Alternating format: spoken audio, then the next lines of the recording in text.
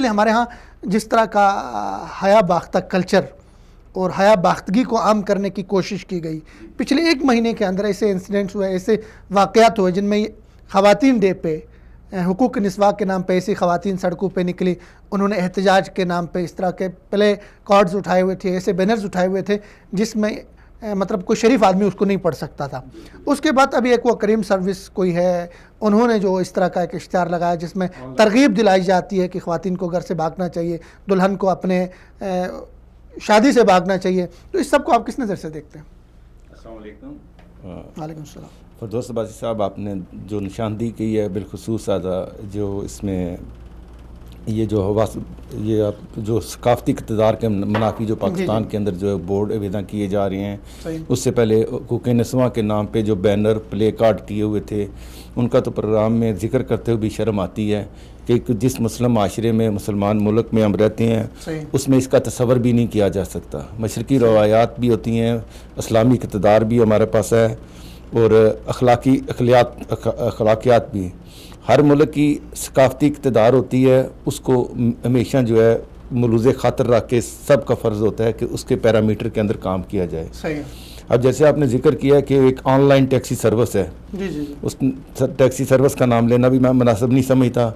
اس نے متنازع اشتہار جو ہے مختلف جگہوں پہ سائن بورڈ، بڑے بڑے سائن بورڈ لگائے ہیں کہ ہر آتے جاتے بندے کی براہ راست نظر پڑتی ہے، خواتین ہیں، بچے بچیاں ہیں، جس کی ٹائم لائن کے اوپر لکھا ہوا ہے کہ لڑکی نے شادی بھاگنا ہو تو کمپنی کی بائک سروس سے مستفید ہوں۔ صحیح ہے۔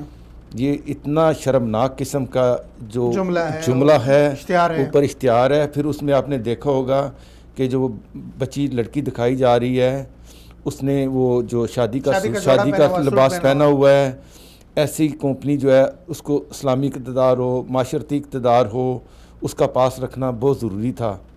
On line taxi service company نے اس اشتہار کو فوری طور پہ اس کو چاہیے کہ یہ ریموو کرے، اس واقعات اشتہار پر عوام سے معافی مانگے، اور جن جگہوں پر سائن بورڈ اویزاں تھا اب وہاں پہ معذرت نامہ لکھ کے اور معافی نامہ کے بورڈ اپنی کمپنی کی طرف سے اویزاں کیا جائے۔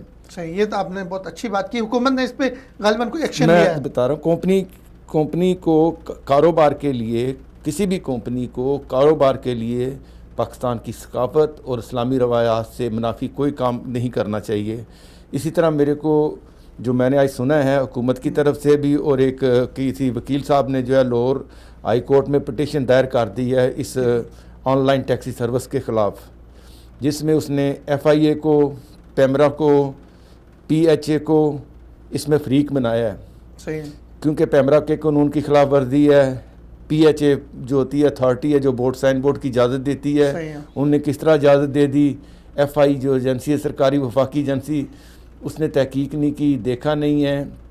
تو اس طرح کی یہ بے لگام جو ایک گزشتہ مہینے سے جو ایک یلغار آ رہی ہے، یا تو وہ ٹیسٹ ٹرائل کرنا دیکھنا چاہ رہے ہیں کہ پاکستان میں اس کا رد عمل کیا ہوتا ہے۔ صحیح، تو وہ یا اس طرح وہ جیسے فلر نہیں چھوڑتے، دیکھتے ہیں کہ اس کا ایکشن کا ریئیکشن کیا ہوتا ہے۔